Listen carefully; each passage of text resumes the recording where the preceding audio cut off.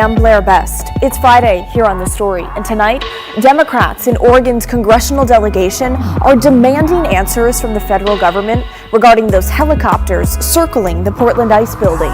Plus, the Department of Forestry closes the book on this year's fire season, and we're getting a look at new technology that flies through the sky to help kickstart recovery in areas that have been scorched. But first, groundbreaking research at OHSU that has to do with fertility, but it's also raising some concern among pro-life groups, and it's our big story tonight. Well, OHSU, right here in Portland, managed to make human skin cells act like egg cells, fertilize them, and they started developing into human embryos. It's still very early in the process for this type of research, but there's already been pushback that we'll get to in a moment. But first, let's think back to high school biology class. In normal human reproduction, a sperm cell from a male fertilizes an egg cell from a female. Each of those cells contain 23 chromosomes. When the cells combine, they start to multiply, creating new cells that contain those 23 chromosomes from the male and the 23 from the female, so 46 altogether. Eventually, they develop into a human fetus, and those chromosomes determine what genetic traits it has. It's a biological process that for some is not possible due to fertility issues. Some women have eggs that aren't optimal for fertility, and many of them deteriorate as they get older. For same-sex couples, they have to figure out how to get the other half of the equation. OHSU says they're on the path to overcoming those obstacles by potentially replacing the need for healthy egg cells. We took a skin cell from a person and extracted its nucleus, and the nucleus is the part of the cell that carries the DNA, which codes for all our traits. And we transferred that nucleus into a donor egg cell. So this was an egg that came from another woman who donated that egg, who's had its nucleus removed. So we essentially replaced the egg nucleus with this skin cell nucleus. That egg cell with a skin cell nucleus was then fertilized with a normal sperm cell. OHSU says they created 82 functional eggs that they then fertilized. About 9% or 7 of them started developing into embryos in a petri dish, but they had abnormalities. Remember how the sperm and egg cells each have 23 chromosomes, and when they combine, they make 46? Well, the nucleus of a skin cell already had 46 chromosomes. So researchers had to get the skin cell to give up half its chromosomes in order to combine with sperm. They were able to do that, but scientists were not able to control which chromosomes it discarded and which traits it would affect. So most of them would have probably eventually stopped developing. And that's actually what happens normally in the body with most miscarriages, actually. Most miscarriages are due to an abnormal number of chromosomes, and the pregnancy will develop to a certain point and then stop developing. So that's what we would have expected would have happened with most of these embryos as well. The researchers ended the experiment after 6 days, and the developing embryos that had chromosomal abnormalities were discarded. Again, this research is still in very early stages. It's at least a decade away from producing actual viable fetuses that make it to term and develop properly. But tinkering with human development has pro-life advocates alarmed. Here's Oregon Right to Life Executive Director Lois Anderson. My gut reaction was honestly a little bit of horror, because it is playing around with creating life, growing that nascent human life, and then experimenting on it, on a human life that has no ability to consent, and then either destroying it outright or leaving that nascent human life to die. Dr. Amato with OHSU says this kind of criticism is nothing new. Well, we definitely acknowledge there are a lot of ethical issues raised by this type of research, and that is also true of in vitro fertilization, and people raised the same concerns when in vitro fertilization first came to be over 40 years ago. To me, the biggest ethical issue is this safe, and is it going to be safe to produce a baby? But beyond that, a lot of the ethical issues that people talk about are very similar to the ethical issues around IVF. So these days, IVF is largely accepted and there's, over 14 million babies born through IVF, and I think that's going to be true of a lot of these technologies as well. Research on fertility has been controversial for a long time.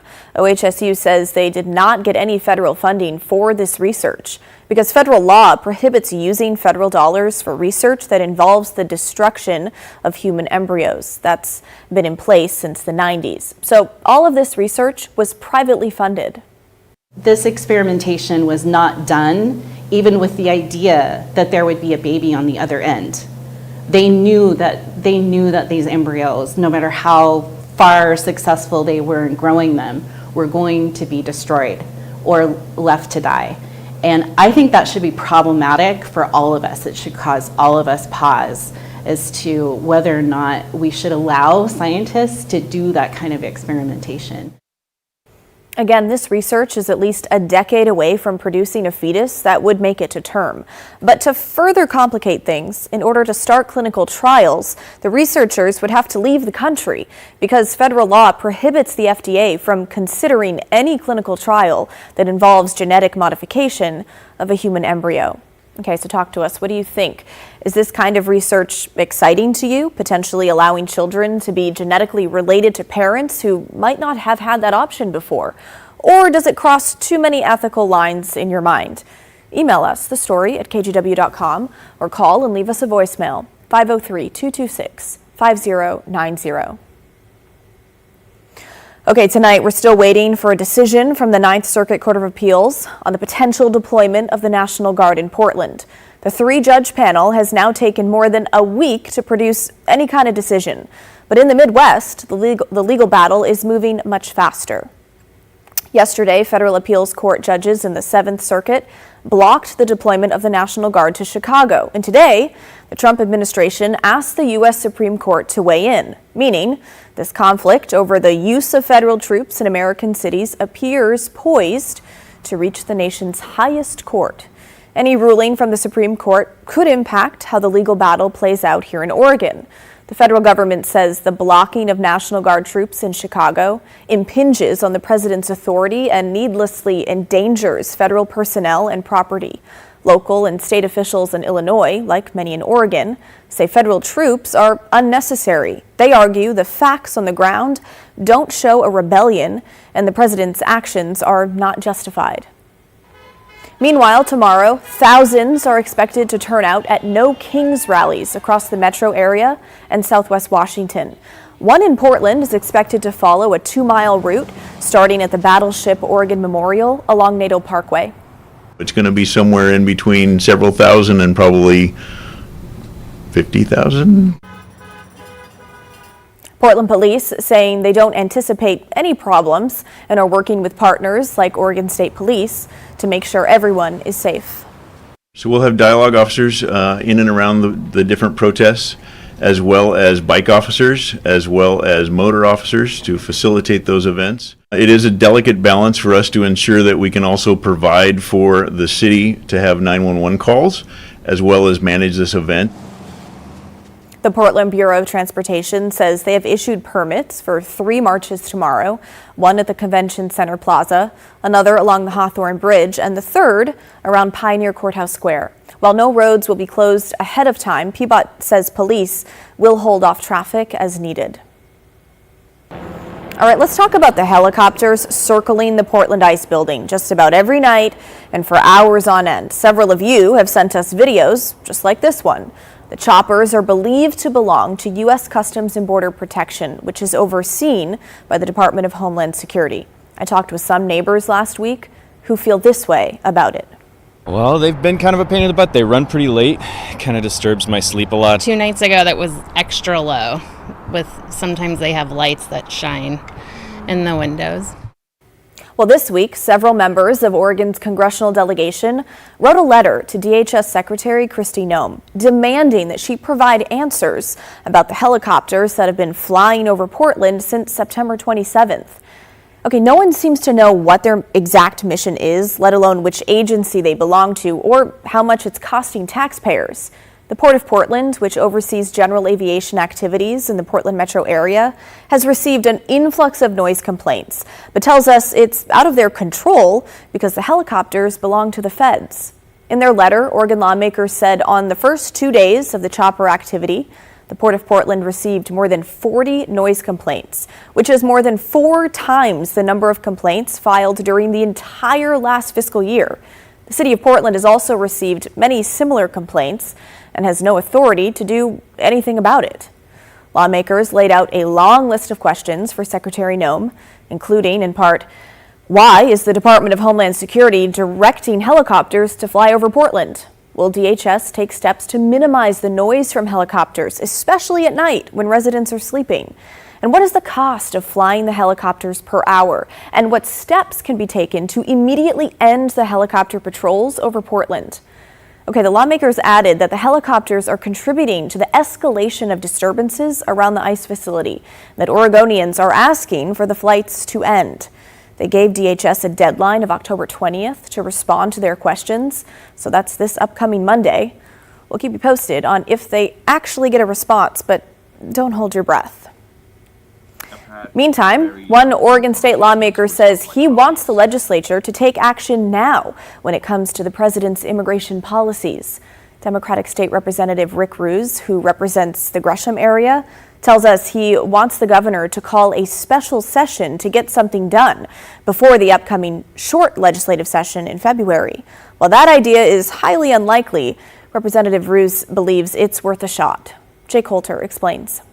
We're exploring every option. I think that's the least we can do, and we owe it to our communities. Videos show a recent escalation in immigration enforcement in Oregon, prompting State Representative Ricky Ruiz to call for a special session to address it. I've had very informal conversations with some of my colleagues, just kind of planting the seed. I'm having actually a meeting today with some of my East County leaders who are legislators, who are city councilors, who are school board members, to kind of also float the idea.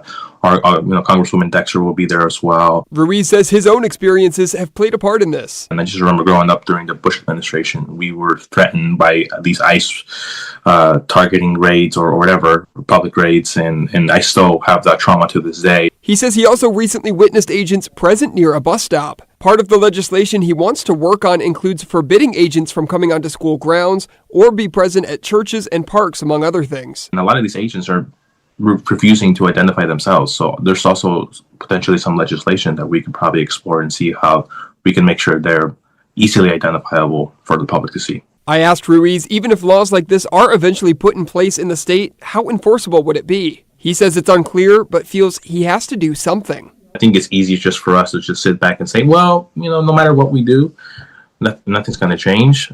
Of course, nothing's going to change because there's nothing being done. But if we have to be on the offensive. Again, only the governor has the authority to call lawmakers back for a special session. And so far, we have not heard back from her office about this idea. We also reached out to Republican leadership for comment, but they were not available today. Okay, coming up next on the story, the State Forestry Department announced the end of Oregon's 2025 fire season today. How this year compared to last year. Plus, we'll show you how some special deliveries are being flown into fire-ravaged areas to help spur recovery. That's next when the story returns.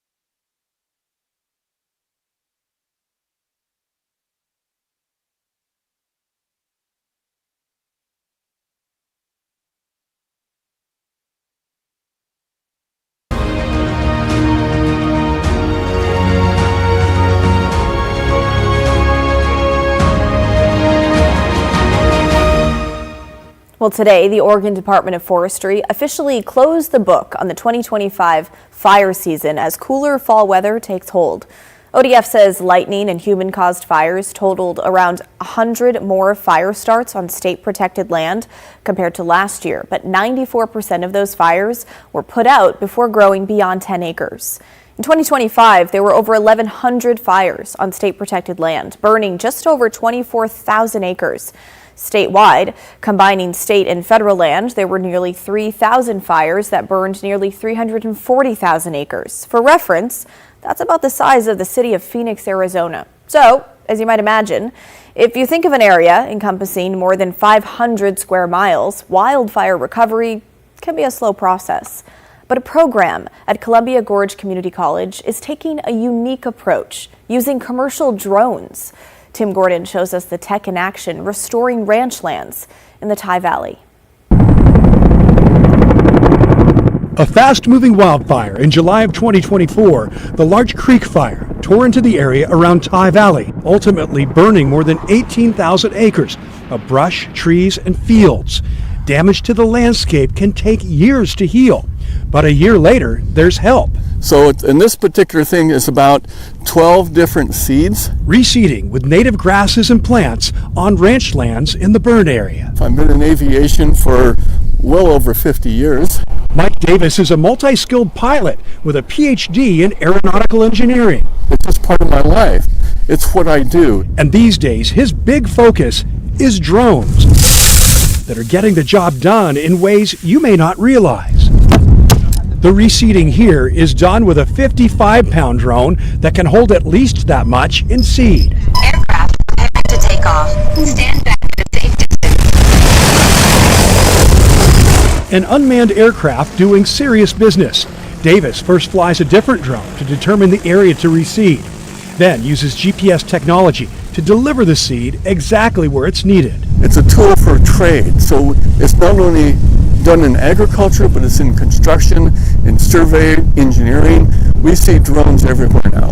Davis says the program here is a collaboration between ODF&W and ranchers in the area to get these lands ready again for grazing. Davis is a professor at Columbia Gorge Community College, where they've developed a precision agriculture program. And yes, it relies heavily on the use of commercial drones to do work that was previously done by hand or airplane, like you see in this fruit orchard. Which just makes it quicker, better, and it makes a better return on investment. Back around Tye Valley, it's a battery change and a refill of native seed. That job is performed by the director of marketing for the college, who enjoys taking it on. I've got it down to under 3 minutes. That's kind of a new record for me today. And so just like plop that in, fill it back up, turn it back on, and we're up in the air again. No time to waste on a cool and breezy fall day. Putting down seed that will settle in for winter and starting next spring, sprout and grow, giving these grasslands new life. You have to dump and seed like crazy. Yeah, I can see it from here. All thanks to technology and modern flying machines. You get the results. And the result is that it's cost effective and we're doing a good job and we're not even stomping on the soil. I know this has a lot of value utility-wise and everything else, but is it also kind of fun? Oh, it's fun. It really is. Fun and effective here and in many parts of the Pacific Northwest. Simple as that. It's easy.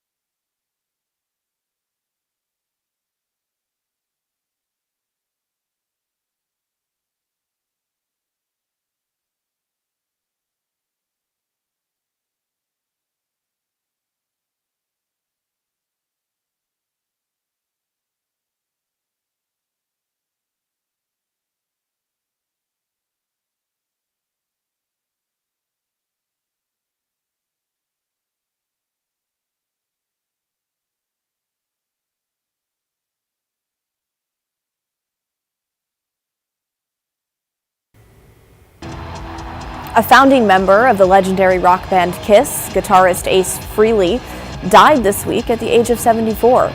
And today we heard from a St. John's record store owner who met Frehley when he was just a teen and sparked a friendship with him that lasted over 3 decades. Stephen Cook owns Vinyl Resting Place on North Lombard. He was hanging around one of Frehley's shows in the early 90s when he was asked to run the spotlight for the performance. He would eventually become a member of the production team after Frehley rejoined Kiss in 1996. His store is full of Kiss-themed memorabilia, including a guitar amp from the '96 reunion tour. While Frehley's death hits hard, Cook says he will always cherish the memories and, of course, the music. When I think about him and their time together, like, I smile because he brought me so much joy. I wouldn't be here owning a record store today if it wasn't for Kiss and Ace Frehley. A lot of Kiss fans kind of come here because they know that I'm a huge Kiss fan and I have a crazy amount of Kiss records. Okay, by crazy amount, he means in the neighborhood of 5,000, many of which are on display at the store.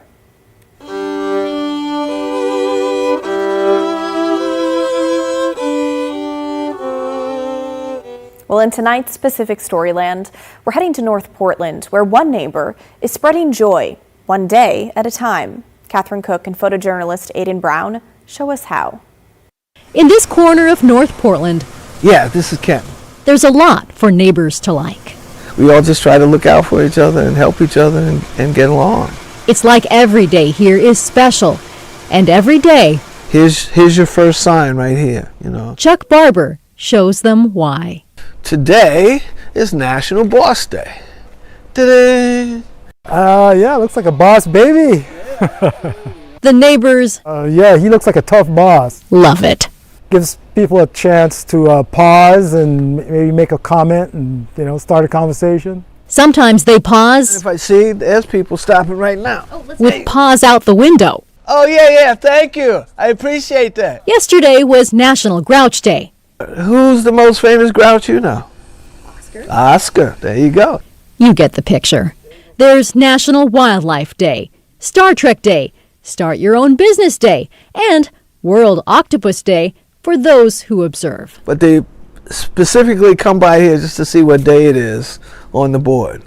And so, you know, it makes me feel good. Yeah, Chuck and his partner Wendy. It makes me happy for him. Used to find joy in whiteboard pictures drawn by someone else in Kenton. One day there was a for sale sign on her house, and we were like, "Oh no, you're moving!"